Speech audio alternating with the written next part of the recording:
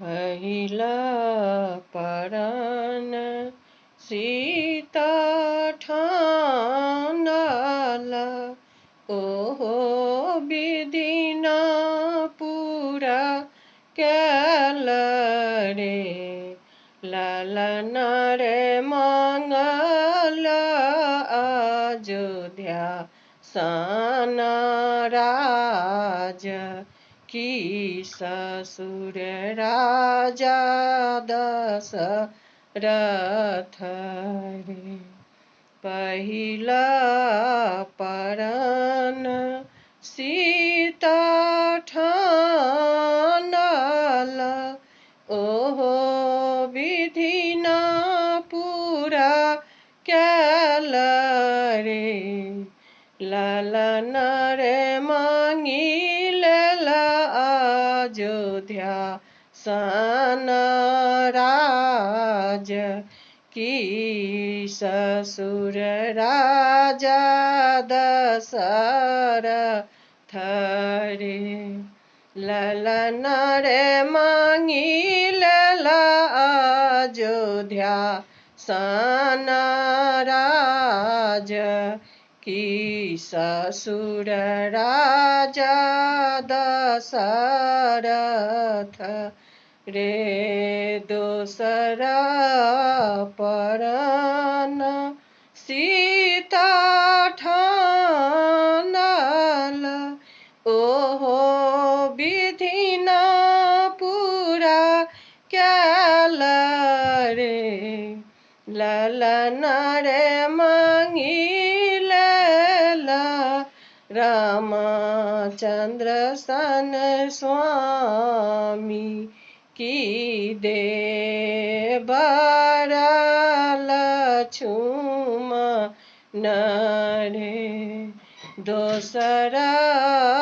परान सीता ठानला ओहो विधिना पूरा कैल रे ललन रे मांगिलेला राम चंद्र सन स्वामी की दे बड़ा लक्ष्मण रे तेसरा परान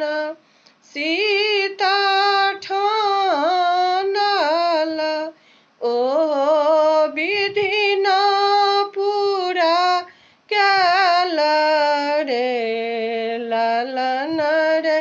मांगिलेला कौशल्या सन सासु की दे बड़ा भरत रे ललन रे मांगिलेला कौशल्या सन सासु की दे बड़ा भरत रे पहिला परान सीता ठानला ओहो विधिना पूरा कैल रे ललन रे मांगिलेला अयोध्या सन राज की ससुर राजा दशरथ रे ललन रे मांगिलेला अयोध्या सन राज की ससुर राजा दशरथ रे चारिमा परान सीता ठानला ओहो विधिना पूरा कैल रे ललन रे मांगिलेला लाभ कुश सन पुत्र की सेवा का हनुमंत रे। ललन रे मांगी लाला लाभा कुसा पुत्र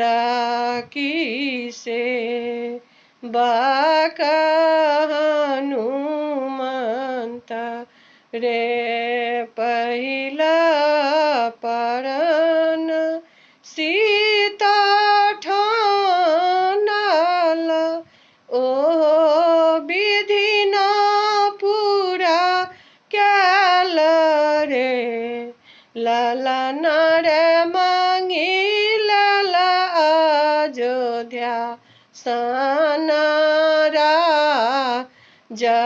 की ससुर राजा दशरथ रे। ललन रे मांगी लाला अयोध्या सन राजा की ससुर राजा दशरथ रे। उपनयन मूड़न में ई सोहर गायल जाए।